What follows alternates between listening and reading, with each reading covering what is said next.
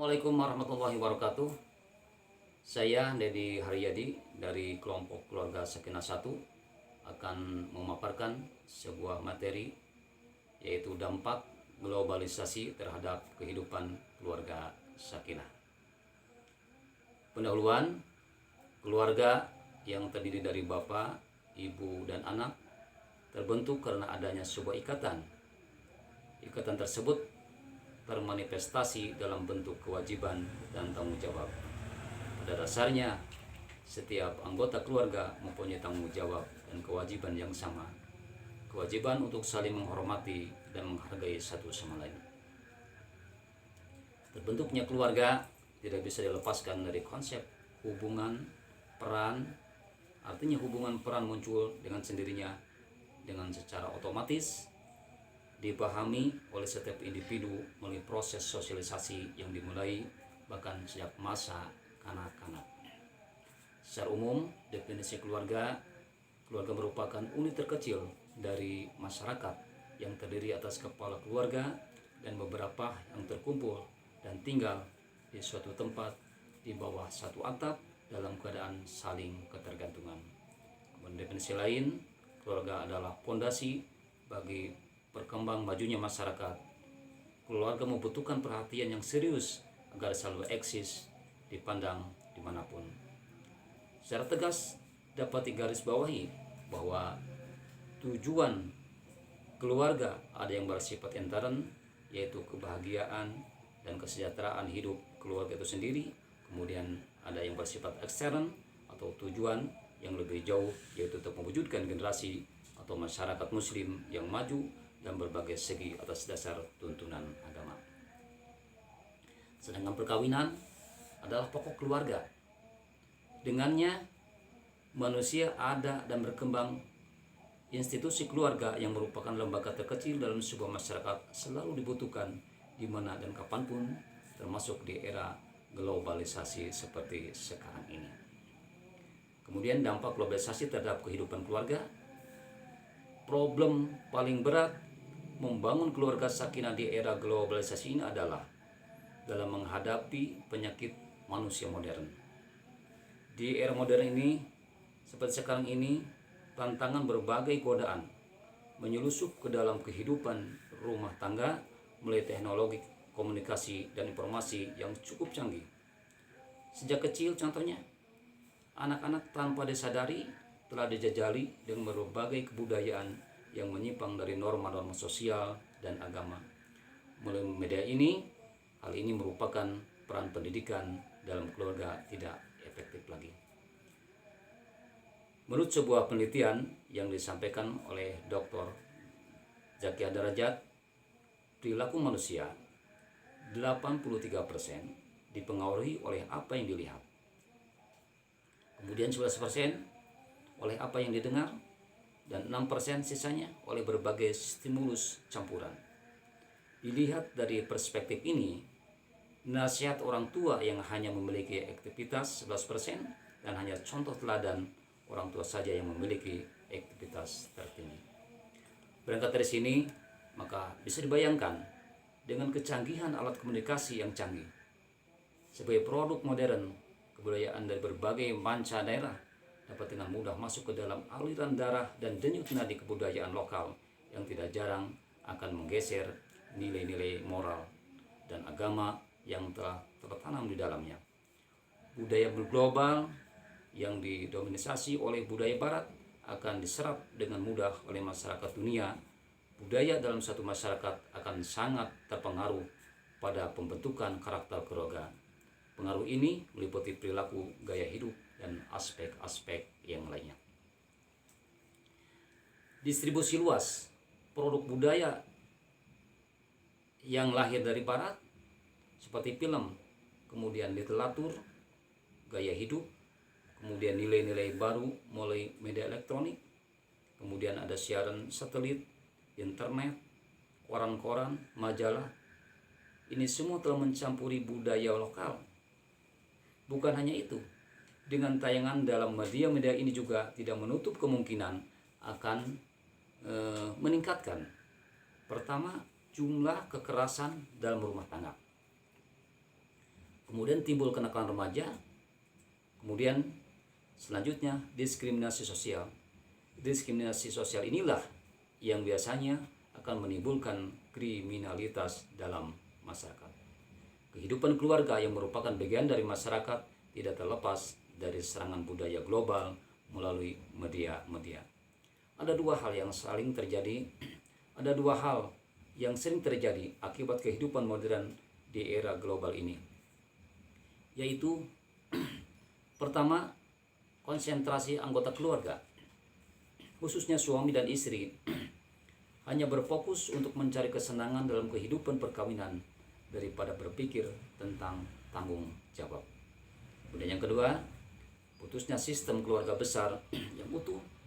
Hal ini dapat ditelusuri dari adanya gejala-gejala meningkatnya jumlah orang tua, bahkan kakek, nenek yang lanjut usia yang dikirim ke panti jompo yang terpisah dari kehidupan keluarga mereka sendiri. Padahal dalam sistem keluarga, kakek, nenek pasti ada untuk memperhatikan cucu-cucu mereka. Tetapi dalam masyarakat modern, terlebih di dunia barat, tempat mereka bukan lagi di tengah-tengah keluarga. Kemudian ambisi mendorong istri untuk berkarir di luar yang akan mengakibatkan, pertama, suami sering mengeluh. Bahkan sejak istri turut bekerja dan berpenghasilan, dirasakan wibawa dirinya terhadap istri menurun karena istri telah belajar sendiri dan mengurangi ketergantungan kepada suami. Kemudian yang kedua, bagi istri yang karir dan berpenghasilan lebih tinggi daripada penghasilan suami, dapat mengakibatkan rasa rendah diri pada suami dan menimbulkan rasa cemburu. Kemudian yang ketiga, peran sebagai kepala rumah tangga dan sebagai pencari nafkah dapat berbalik manakala suami tidak bekerja. Kondisi seperti ini akan mengakibatkan rasa rendah diri, harga diri menurun, wibawa menurun di hadapan istri dan anak-anak, dan kendali kepemimpinan keluarga berpindah kepada istri. Bukannya itu, pergaulan bebas, seks bebas, kemudian aborsi, kenakalan remaja, dan lain sebagainya akan dengan mudah masuk ke dalam kehidupan keluarga dan akan mempengaruhi tradisi dan ketentraman serta keutuhan kehidupan rumah tangga. Kelonggaran dan lemahnya kaidah hukum yang terkait dengan keluarga secara otomatis akan menjadikan keluarga hanya sebagai tempat singgah.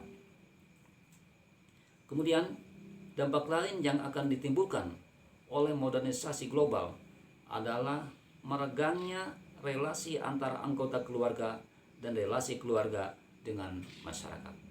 Anggota keluarga cenderung individualis. Kerenggangan antar anggota keluarga ini diakibatkan kurangnya komunikasi di antara mereka. Bukan hanya itu, gaya hidup di era global ini mengakibatkan mengikisnya kesakralan perkawinan, sehingga perkawinan hanya dilihat dari satu relasi fungsional. Hal ini menimbulkan paham yang memandang tidak pentingnya pernikahan dan memilih hidup bersama tanpa ikatan pernikahan. Ada alternatif solusi selain sebagai tantangan. Globalisasi merupakan ancaman. Sebagaimana yang diuraikan di atas, untuk menghadapi ancaman diperlukan sebuah landasan yang kokoh. Landasan ini adalah ajaran agama. Dalam waktu bersamaan, untuk menghadapi tantangan, maka juga perlu landasan motivasi, inspirasi, dan akidah. Di sini perlu memperkuat dan mempertegas landasan hidup agar mampu menghadapi ancaman dan terhindar darinya. Dalam waktu bersamaan agar mampu menjawab tantangan. Untuk itu, beberapa hal yang perlu diperhatikan. Pertama adalah menumbuhkan kesadaran kembali tentang tujuan hidup menurut agama. Kemudian, mempertanggungjawabkan apa yang diperbuat di dunia, baik formalitas administratif sesuai dengan ketentuan yang ada di dunia sendiri maupun hakiki yang mempunyai konsekuensi kelak di akhirat. Ketika kita akan menceburkan diri ke dalam kehidupan globalisasi, maka kita juga selalu sadar akan tanggung jawab kita sendiri terhadap apa yang kita perbuat. Untuk menghadapi tantangan zaman dan arus globalisasi, apabila nilai-nilai agama yang terkandung di dalam teks-teks agama dijadikan dasar, maka niscaya kehidupan keluarga akan dapat bertahan. Selain itu, yang harus dilakukan adalah mempertahankan prinsip-prinsip dan nilai moral yang ada dalam masyarakat. Keluarga dalam pandangan Islam bukanlah sekedar tempat berkumpulnya orang-orang yang terikat karena perkawinan maupun keturunan, akan tetapi mempunyai fungsi yang sedemikian luas. Oleh karena itu, untuk mempertahankan eksistensi kehidupan keluarga sakinah, salah satu alternatif yang sangat mungkin adalah memperdalam dan mengintensifkan penanaman kemudian pengamalan nilai ajaran agama dalam setiap anggota keluarga. Kesimpulannya, pertama, institusi keluarga merupakan fondasi bagi kehidupan masyarakat. Oleh karena itu, ia membutuhkan perhatian yang serius agar selalu eksis. Eksistensi keluarga sangat tergantung pada tingkat ketenangan dan kebahagiaan serta kesejahteraan anggotanya. Kemudian, secara garis besar, untuk menjamin kebahagiaan atau kesakinahan keluarga harus terpenuhi dua unsur pokok, yaitu materi dan imateri, moral, spiritual. Keduanya mempunyai kedudukan yang sama dalam menjamin kelangsungan kebahagiaan. Oleh karena itu, harus sama-sama dipenuhi demi tercipta keluarga sakinah atau sejahtera. Era globalisasi yang datang seiring dengan tergulirnya waktu membawa dampak yang sangat signifikan dalam kehidupan. Dampak positif seperti mudahnya mendapatkan informasi baik tentang politik, kemudian tentang ekonomi, pendidikan, dan kebudayaan, bahkan sumber tentang agama, serta murahnya akses mobilitas. Dampak negatif globalisasi antara lain pudarnya nilai-nilai kebudayaan lokal, dekadensi moral, perubahan gaya hidup yang mempengaruhi perilaku individu, anggota keluarga, dan bahkan menghilangkan kesakralan relasi antar sesama anggota keluarga. Demikian yang saya dapat sampaikan. Semoga ada manfaatnya bagi kita sekalian dan keluarga, baik dampak positif maupun negatif. Billahi taufiq wal hidayah. Assalamualaikum warahmatullahi wabarakatuh.